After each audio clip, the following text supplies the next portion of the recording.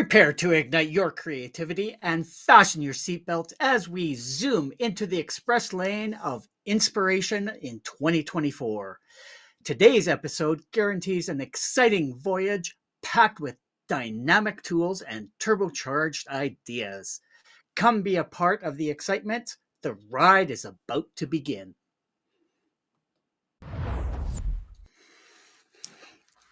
Welcome to Content Creators Connect. Here we're all about encouraging the 3 C's, connecting with others via video, content development that builds your personal brand, and creators sharing their experiences despite their distance.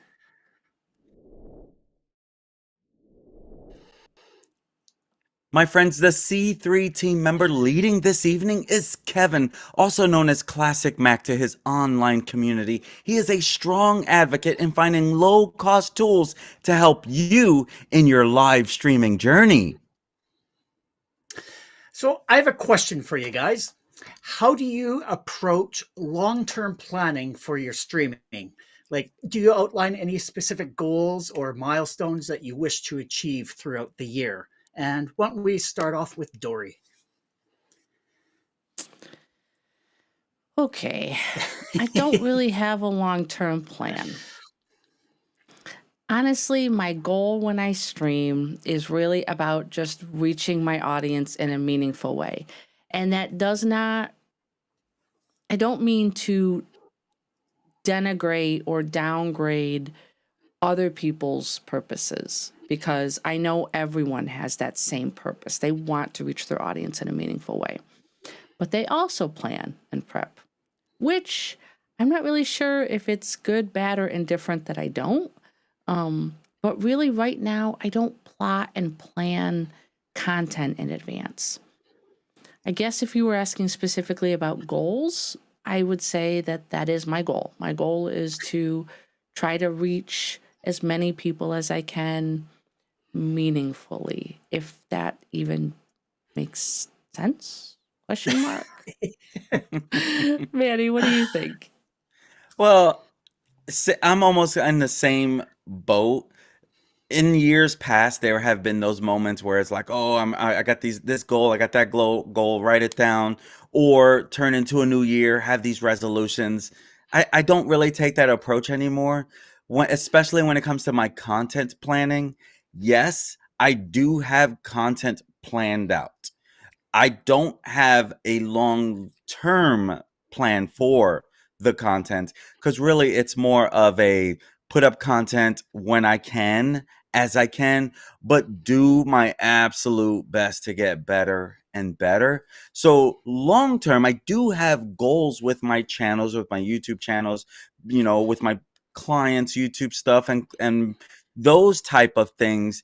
But for me, on a personal level, it's more really as I go, get the content together, do your best to put it up, and make sure that it's as great as better than it was yesterday. So that's kind of my long-term plan, is to just keep getting better and better. But no, I don't necessarily have like this big, like this is what I'm gonna do in January 31st of this. I don't really have that anymore.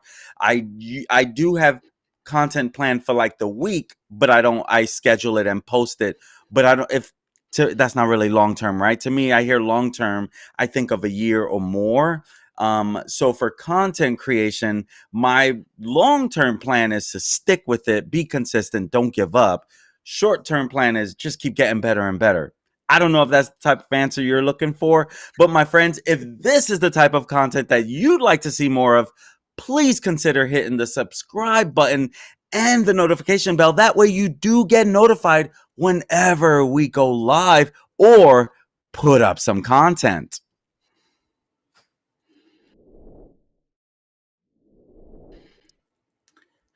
So, yeah, those definitely does give me the answers that I was sort of looking for. I know that there are a lot of streamers out there that are just putting out content and sort of doing it ad hoc.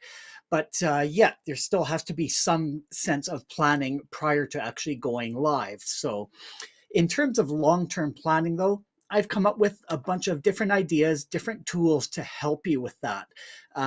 Because some people are just sort of stuck in creator roadblock, I guess, or creator block, trying to think of ideas of what to do for their stream. For instance, if you're doing a weekly stream, what kind of content am I going to do next week, and what kind of things do I need to do to be prepared for it? Like, for instance, if you're doing a cooking show, making sure you're having the right ingredients for that type of show. So, but I'm going to go through about planning your streaming schedule, and I did it with sort of a year in mind, but I also came up with some shorter term ideas as well. So let's just jump on into it, because planning is the backbone of any real successful endeavor, and streaming's no exception to that. In the dynamic world of content creation, where the audience expectations are high, planning your streaming schedule for the year becomes a game changer. And I'm always reminded by this quote from Mr. Franklin: by failing to prepare, you are preparing to fail.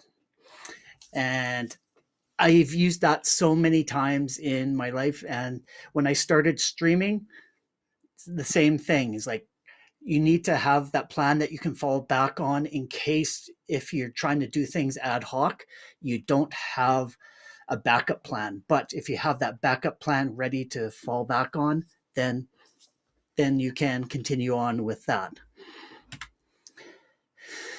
So planning your streaming schedule also helps to improve your work-life balance. So beyond the content creation, planning your streaming schedule contributes to a better work-life balance. Knowing when you will be streaming allows you to allocate time for personal and professional commitments, reducing stress and burnout. So consistency and reliability. Consistency breeds familiarity. Ugh, that's a mouthful. Regular streaming times create a sense of predictability for your audience. Viewers are more likely to return if they know when to expect your content, helping you to build a dedicated community around your channel. And unfortunately for us, we were not consistent last week. Unfortunately, two of us were very, very ill. So we had to postpone last week's stream. So for those that were looking for us, we apologize that we weren't there to provide the information to you. Another reason, building anticipation, planning content in advance allows you to tease upcoming streams, building anticipation and excitement, and also utilize social media platforms to create buzz, generating interest, and ensuring a strong turnout when you go live. Some interesting stats here. 80% of the viewers prefer themed content as well. So planning out ahead allows you to align your content with relevant seasons, events, holidays, and trends as well, which is really big. I know for you, Manny, with your true crime, it's like, what's the story of the day that you do want to follow up and do your streams on? Like, for example, during holiday seasons, you can create themed content or special events, attracting a larger audience seeking such content. Like, the ability to tap into those trending topics provides an opportunity for increased discoverability and relevance. So I thought I'd come up and share some of the ideas for some monthly themes contents for a calendar year. Like you had mentioned, Manny, in January, it's like a new year, new beginnings. Maybe you want to do something at the beginning of January about new beginnings, new resolutions, new things that you want to do throughout the year, and center a stream around that, whether you do it on stream with your audience or just do it in behind the scenes with your own planning as well. February, there's always Valentine's Day that you can center a stream around. So you can, if you're streaming once a month, you can use that as a target date to set your stream around. Or you can do some preparation leading up to Valentine's Day. Like if you host a craft channel, you can make holiday or Valentine themed type of items. Or if you're some Valentine themed foods as well. So you can do that on a cooking stream, for instance. And of course, March is sort of the introduction to spring. So getting out of hibernation mode and wanting to get outside and start heading out and seeing all the animals and the plants and everything start to come out of their winter hibernation. So perhaps focusing on the outdoor or Mother Nature's beauty as opposed to a lot of indoor type of activities.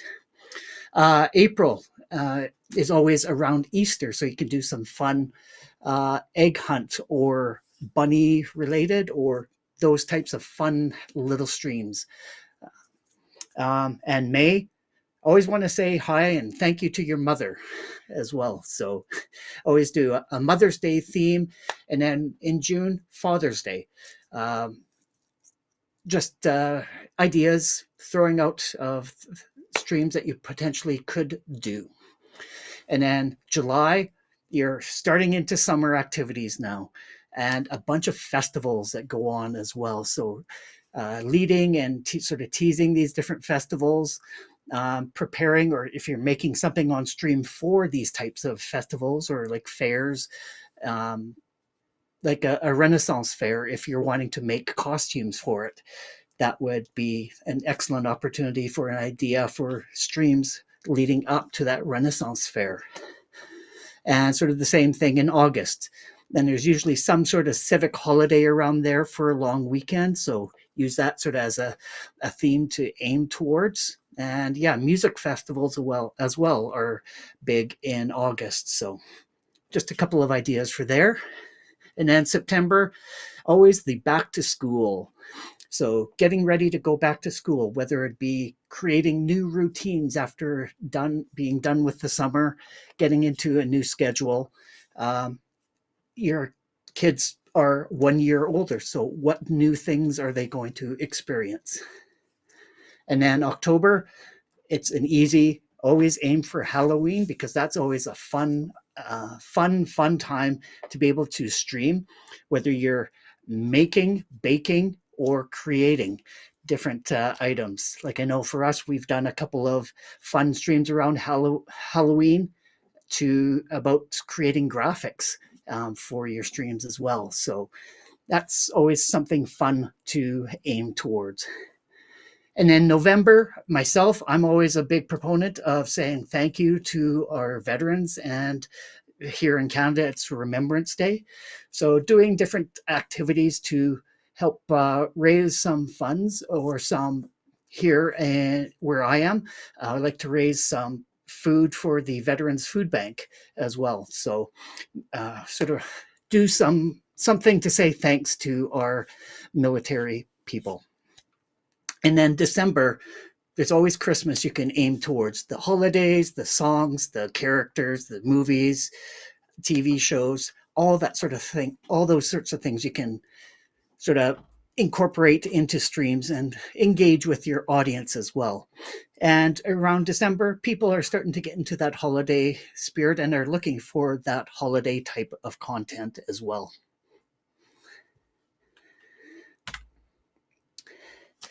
And if you're looking for actual daily type of content, if you're looking for something a little different or sort of out of the box, I recommend this website, checkiday.com.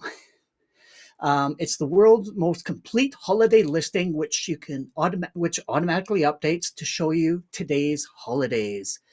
Like, for instance, today, January 21st, is National Granola Bar Day. Did you know that? It's also National Hugging Day and World Snow Day, which here up in Canada right now, we know way too well. So yeah, if you have like a cooking stream, for instance, you can look up a certain day And there's a 98% chance that there's a national food day of some sort, and you could prepare food for that specific day. So now, talking about maximizing opportunities. And if having a planned schedule enables you to maximize opportunities that may arise throughout the year. If something that is highly anticipated and set to release in your niche, plan your schedule around it can attract more viewers interested in that specific topic. And by staying ahead of industry trends and events, you position yourself to capitalize on the latest opportunities in that streaming community. Like, for example, if a new video game comes out, you can center a stream around the release of that and do a build up to that particular release date.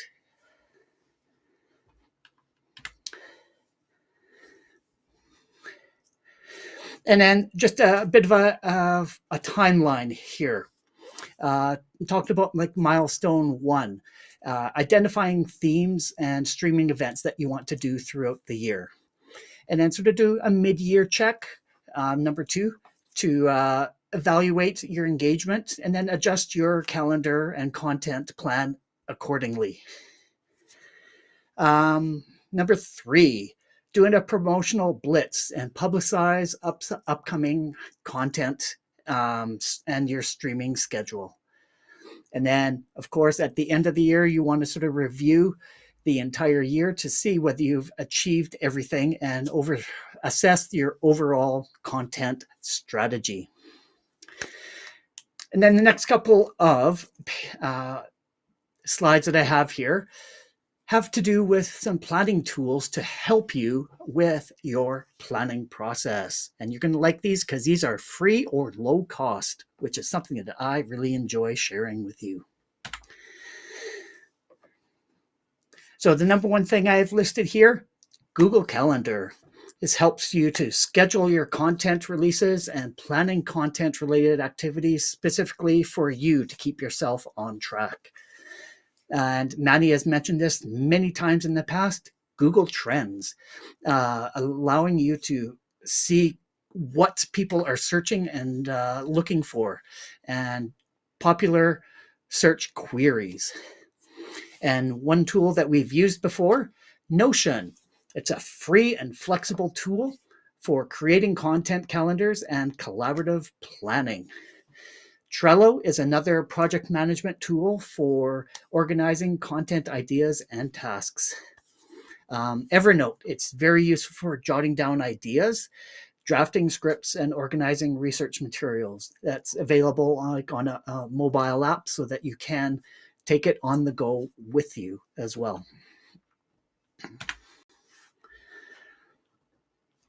Your phone notes app, which I know a lot of people use all the time. It's there with you right away.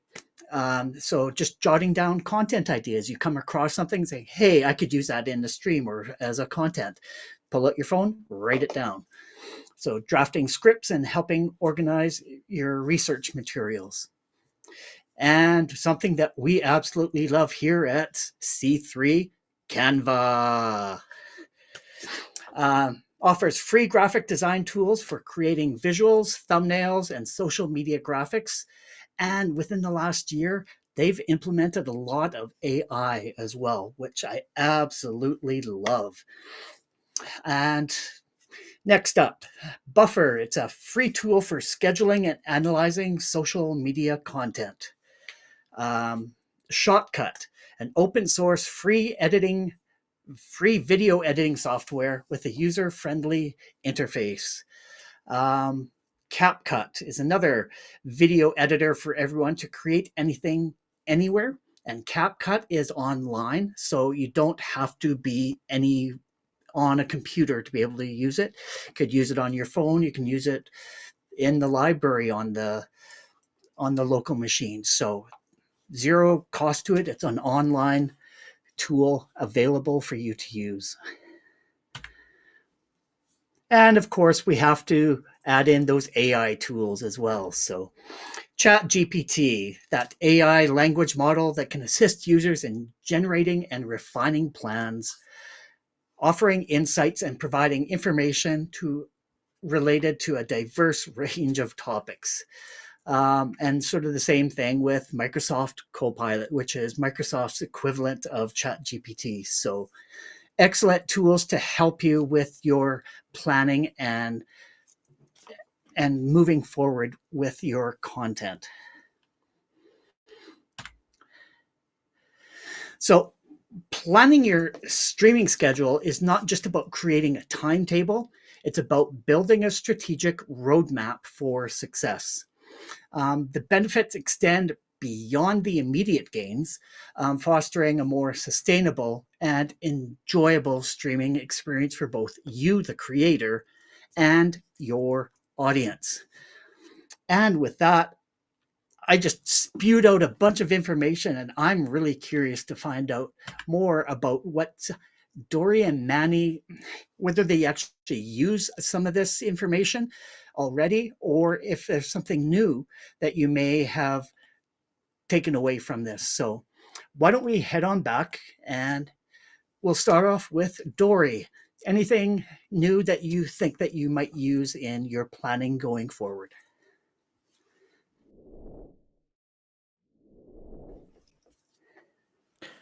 Well, excuse me. First of all, what a great set of tools, Kevin. Like, seriously, like, you condensed it. You spoke about long term and short term. You addressed both of those things. And I think for anybody to be successful, I think you have to have a good combination of both short term goals for your streaming and a set of long term goals. And whether that be planning or flying by the seat of your pants like I do, I think it's important to have a mix of both. So to answer your question, the thing that you mentioned that sparked the biggest aha for me was the website that you mentioned, that Check a Day. Check I ID. always Check a Day. Sorry. I always forget that there are apps and sites out there available that allow us to celebrate those lesser known things. But they could be a great source of content creation to supplement other things. So I think that's amazing. Like, I'm a big hugger. And so to hear that today was World Hug Day, I mean, I'm sick. Nobody wants to be hugging me today.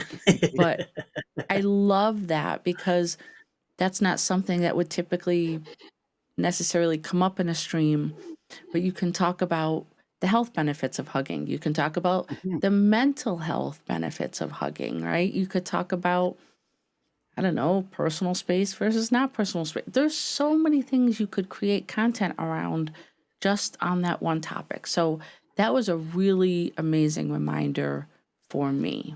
Manny, what do you think? I loved the tools that he mentioned. And to be honest, there was a bunch that I don't really use on a regular basis, but there was some great tools overall. And just like you, Dory, that's what grabbed my attention. And that's why I was saying in my head, check a day. And it was like, wait, it's check I day. Cause I could hear that I when he pronounced it. And I could see me using that a lot more just for my clients that I work with, especially as you mentioned, Kevin, the cooking show, because I do one as well with a client. And if with any food ones, that would be a great one to do it that day. So I thought that was great. There was one tool that I think we probably all use that that wasn't mentioned, but Google Docs is a great tool. I use that all the time, and I kind of use it for even for my script or my story that I'm sharing overall. And so I think that's also a great tool. But the tools that you really hit on, even to answer Anna's question, because she asked which ones do we use, but you had mentioned that I use on a bunch of them. Google Calendar, one of my absolute favorites, and as you mentioned, Google Trends Canva, we all use that probably every single day, and Buffer, which is a great social media management. And so I use a lot of those, and of course, Chat GPT. And so, but the one that you did mention in your tools that I'm hearing more and more about that is actually grabbing my attention. Like, I think I want to, maybe even go a little deeper, is that Microsoft Copilot. I'm hearing a lot of really good things about that. And I don't, I mean, I haven't used it at all. So the fact that you even bring it up again, and here I am hearing about it again, I'm like, okay, they are doing some great things. So you really hit on some amazing tools for content planners in general. Like, I think you hit every important one, to be honest with you. So that was phenomenal. Thank you so much. That is some great value right there. That was my takeaway on that. Well, thanks. And just to And give a little bit more of an explanation on that, the Microsoft Copilot, we actually have used it at work, and they actually have a couple of versions where you can just use it as a local GPT that doesn't mm, share your information up on the net. So it's just local to your business or your company. So you're not sharing that proprietary information out on the internet with everyone. So that's why our company adopted it. It was at the beginning of January of this year. It's gone live now, so we use that. And also, it's essentially the same as ChatGPT, but it's also current and up to date with the latest and greatest. So it's actually using GPT-4, not the 3.5, which is free. now, So is that something, Kevin? You said it's local. So is that a piece of software that has to be installed on all of the machines that it's being used on? if you go to the website, it gives you the instructions of how to actually use it on a local. So yeah, essentially you almost have to download everything onto your computer, which is a real unfortunate. It fills up a lot of space, but um, it's it's getting there where you can separate the personal from proprietary information. And I know our business, we have servers where we download a lot of that and we just use it internally as well. That's what I was thinking. If it was downloaded to a server and then your local machines on that network server could access it, it sounds like that's more along the lines of what it's doing. That's interesting. That's really Yeah. interesting, actually. Um, and back to Anna's question when she said, "What do we all use?" Um, what we use here for C3 planning is we use Google Drive and Google Docs. So what we have is we have an actual Google account for our Content Creators Connect. All three of us are admins on it, and we upload all of our documents, all of our assets, and everything to it.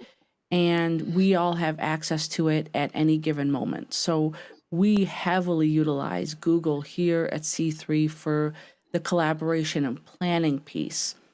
We used to use Notion, but then we realized that we had our hands in a lot of different cookie jars. And so what we tried to do was streamline the process, lessen the amount of different programs we were using. And so we all decided to just settle on Google. And that's what we used moving forward, Anna. So hopefully that answers your question. I do want to scroll back up. And actually, just to add on to that as well, we also use Facebook Messenger to chat with each other as well. And we use that as a communication tool between the three of Right. us. I Um, definitely, I want to add too, next week what Dory's going to be sharing on. Without giving anything away because I think it's very exciting, but what Dory's going to be sharing I think would be a must have in this list of tools that Kevin had, and I'm sure he's probably thinking of that as well. And you're not gonna want to miss that if you're looking at how can I streamline some of this content creation and get more out of it. So the value that I got from her introducing it to me is phenomenal. So I look forward to next week big time.